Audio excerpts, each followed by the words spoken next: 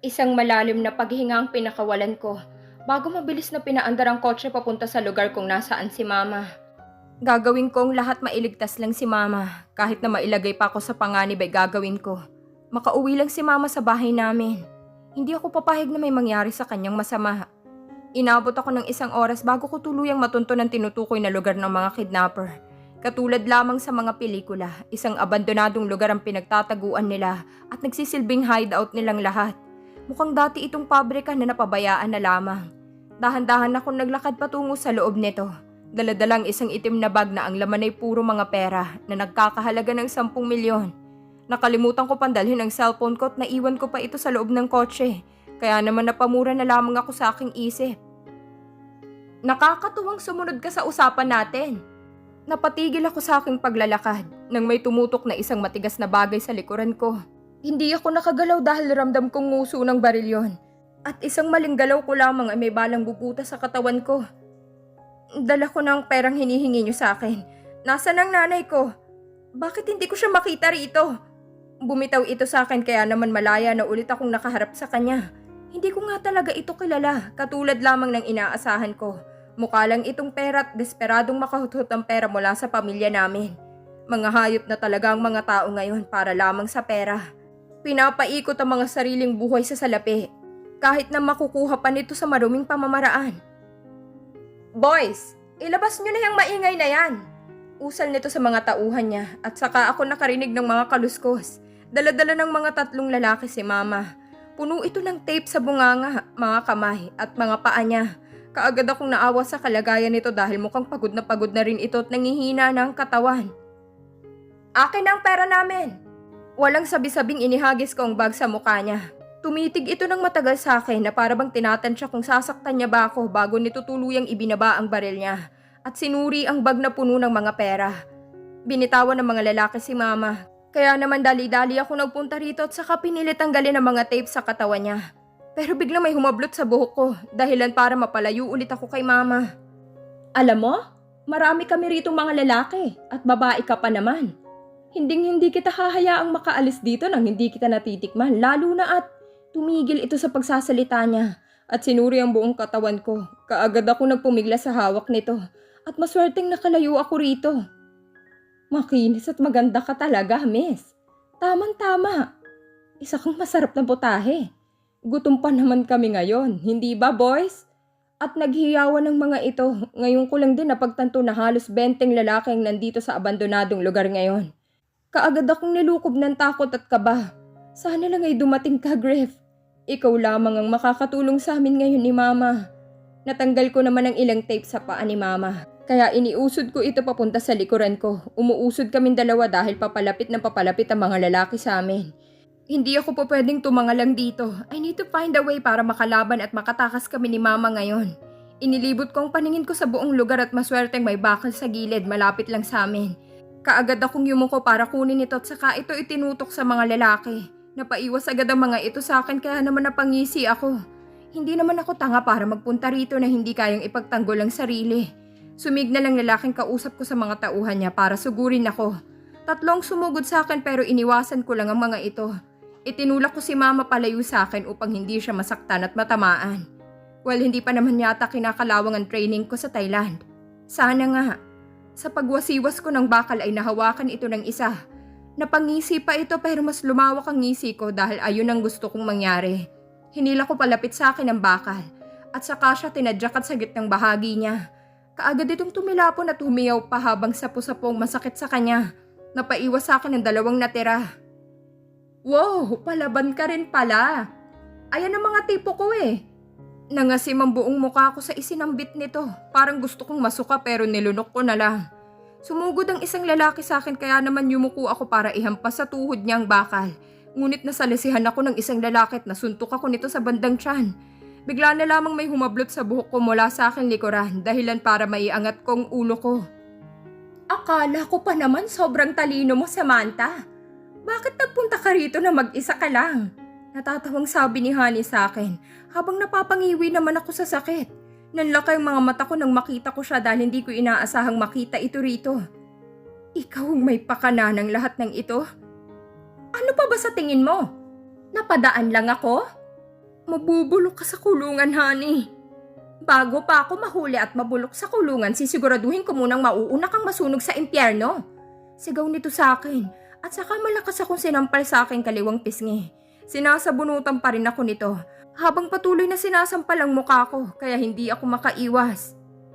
Ano bang nagawa ko sa'yo para ganituhin mo ako? Pati pamilya ko dinadamay mo na. Hiyaw ko kay Honey nang maitulak ko siya para matigil ang pagsampal niya sa akin. Kaagad sumaklolong mga tauhan nito sa kanya at hinawakan ako ng mga ito para hindi makapalag sa mga gagawin ni Honey sa akin. Ikaw ang may kasalanan ng lahat. Kung bakit nangyari itong lahat? Maayos na kaming dalawa ni Denver. Bakit kailangan mo pa talagang bumalik at sirain kaming dalawa? Usal nito sa akin at sinampal na naman ako nito. Natahimik ako dahil naalala kong mga ginawa kong paghihigante sa kanilang dalawa ni Denver noong nakaraang 3 buwan. Dahil sa'yo, nawala ang anak ko. Nalaglagan ako. Dahil sa kagagawan mong hayop ka. Walang hiya ka. Sigaw nito sa akin at saka sinabunutan akong muli. Nanlamig ang buong katawan ko nang marinig ko ang mga sinabi niya sa akin habang umiiyak ito. Nalaglagan ka? Nanginginig na tanong ko kay Honey dahil hindi yun kasama sa plano ko. Hindi ko gustong may mawalang inosenteng bata sa plano ko. Masaya ka na ba ngayon? Nakabawi ka na sa akin. Nalaglagan din ako ng anak katulad mo at nawala rin sa akin si Denver. Nawala na sa akin ang lahat, hayop ka. Sinuntok ako nito sa muka at nakaramdam ako ng hilo. Narinig ko pang impit na sigaw ni Mama sa hindi kalayuan. Kaya naman pinilit kong imulat ang mga mata ko. Nakalasa na ako ng dugo sa aking labi. Kaya naman hindi ko na alam ang dapat kong gawin. Hindi ko intensyon yun, Honey. Gusto ko lang makapaghiganti sa ginawa niyo sa akin ng anak ko. Hindi ko intensyon at gustong mawala rin ang pinagdadala mong bata. Sinungaling ka! Planado mong lahat ng to, Samantha? Gumanti ka sa akin dahil ganoon din ang ginawa ko sa'yo kaya ka nalaglagan. Ayaw nito sa akin at natigilan ako sa sinabi nito. Para akong binuhusan ng malamig na tubig sa narinig ko mula kay Honey. Ikaw ang may kagagawan ng lahat. Plinano mo lahat ng yon. Pinalabas mong nagloko sa akin si Denver para iwanan ko siya at malaglagan ako. Lumapit ito sa akin at mariing hinawakan ng pangako. Parehong matalim ang mga titig namin sa isa't isa na para bang magpapatayan na kaming dalawa kung makawala man ako sa hawak ng mga tauhan niya. Oo, dahil una pa lang hindi ka naman talaga dapat nasa pagitan namin ni Denver. Masyado kang maentra. Hindi ka napapagay sa katulad namin. Tama na yan, Honey. Malakas na sigaw ng isang lalaking nagmamadaling tumakbo papalapit sa amin nila, Honey. Griff? Anong ginagawa mo rito? Gulat na tanong ni Honey rito. Kaya naman tumingin sa akin si Griff at natakot ito nang makitang itsura ko. What have you done, Honey? Anong kahibangan to? Bakit po sinasaktan si Samantha? Bakit nandito rin ang nanay niya? Galit na tanong nito kay Honey at lalapit na sana sa akin pero pinigilan siya nito. Papatayin ko ng babaeng yan para wala nang ahadlang pa sa amin dalawa ni Denver. Naririnig mo bang sarili mo, Honey? Gusto mong maging kriminal para lang kay Denver? Hiyaw sa kanya ni Griff na hinawakan itong magkabilang braso ni Honey. Para bang nawawala sa sarili si Honey at umiiling-iling ito sa mga sinabi ni Griff. Bakit ba masyado kang mapagmalinis, Griff? Hiyaw pabalik sa kanya ni Honey at natigilan si Griff. Bumalatay ang kaba sa itsura nito na para bang may hindi dapat masiwalat na impormasyon si Honey ngayon. Ano bang ibig mong sabihin, Honey? Griff, tulungan mo kaming makaalis ni Mama rito. Nangingiyak na pakiusap ko kay Griff at lumapit ka agad dito sa akin. Kaagad akong pinakawalan ng mga lalaki at sinaluwa ko nito dahil hinang-hina na ang katawan ko. Dahil sa mga pananakit ni Honey kanina. Bakit nagpunta ka pa dito, Samantha? Bakit hindi ka man lang humingi ng tulong sa mga pulis? Bulong nito sa akin. Kaya naman nagtataka akong tumingin dito dahil akala ko'y sumaklolo ito sa akin dahil nagpadala ako ng mensahe sa kanya. Umalis ka dyan, Griff! Natigilan kaming pareho ni Griff nang ikasa ni Honey ang baril na hawak niya. Lumingon si Griff sa pinsan niya na para bang wala nang pag-aalinlangan sa itsura ng babae. Honey, tumigil ka na hanggat maaga pa. Fun fact, Sam, si Griff ang may pakana ng lahat. Siyang nagsabi sa aking i-frame up namin si Denver na makipagkita sa akin sa hotel para hiwalayan mo siya. Lahat ito'y plano niya dahil gusto kanyang mapasa kanya. Natatawang sabi ni Honey sa akin at nanlamig ang buong katawan ko habang nakatingin sa likod ng ulo ni Griff. Kaagad akong lumayo rito dahil hindi ako makapaniwalang nagawa ni Griff sa akin ng mga bagay na yon. Totoo ba yun, Griff? Naiiyak na tanong ko kay Griff. Kaya naman nilingon agad ako nito. Takot na takot ang mukha nito na para bang hindi niya ina-expect na malalaman kong lahat ng mga tinatago niya sa akin. I'm sorry, Samantha. I was so damned and blinded by my obsession towards you. Hindi na ako ganun ngayon, Samantha. Remember? I told you na may mga anak na kami ni Brittany ngayon. Still, you planned all of those things? Humihikbing turan ko at napatakip na lamang ako sa aking bibig dahil hindi ko inaakalang kaya ng konsensya nilang dalawa na makapatay ng isang batang hindi pa nabibigyan ng karapatang mabuhay rito sa mundo. I didn't mean to make you miscarry your baby. My baby was killed, Griff.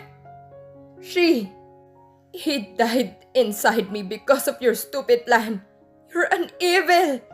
Hiyaw ko sa kanya at umiwas sa mga hawak ni Griff habang itinutulak siya papalayo sa akin. Lahat ng mga nangyari sa akin ay bumabalik na naman sa alaala ko at hindi na matigil ang panginginig ng buong katawan ko. Napatakip ako sa aking mga tenga nang magsimulang mabingi ang mga ito dahil sa pagkalito ko. I told her our darkest secret, Griff. She deserves to die right now. Usal niya Honey kay Griff at umiling-iling ito sa pinsan niya. No, you stop this right now, Honey. I know Samantha didn't also mean to kill your baby. It's already too late to forgive her. Griff, determinadong sagot sa kanya ni Honey. Itinutok ni Honey sa akin ang barel. At napapikit na lamang ako dahil wala na akong magagawa pa. Marahil ay katapusan ko na talaga ngayon. Ilang segundo nang nagdaan pero wala pa rin akong naramdamang kahit anong sakit sa katawan. Kaya naman idinilat ko ang mga mata ko. Nanlaki ang mga mata ko dahil may lalaking nakatayo na sa harapan ni Honey at pinigil nito ang kamay niyang may hawak na barel. Don't you dare! You can't hurt her! Not today! Nakangisi nitong sabi kay Honey. Kaya naman napatanga ako. Madilim ang mukha ni Denver habang umiigting ang panga nitong galit na galit. Nabitawan ni Honey ang baril habang napapaurong ito dahil hindi ito makapaniwala kung sinong nasa harapan niya. Denver, naiusal ko na lamang. Hindi ako pinansin nito at biglang sumugod ang mga lalaki sa kanya. Basta na lang nitong pinilipit ang kamay ng mga lalaking may hawak na kutsilyo at marahas itong sinaksak pabalik sa kanila. Nagtalsikan ng mga dugo habang nananatili lang akong gulat at nakaawang ang bibig dahil sa mabilis na pangyayari. Kitang-kita ko sa mga mata ni Denver ang galit bago niya itinulak pabulagta ang isang lalaki. Nanlaki ang mga mata ko nang tumagas ang dugo sa tiyan ng lalaki at magsimula itong sumuka ng dugo.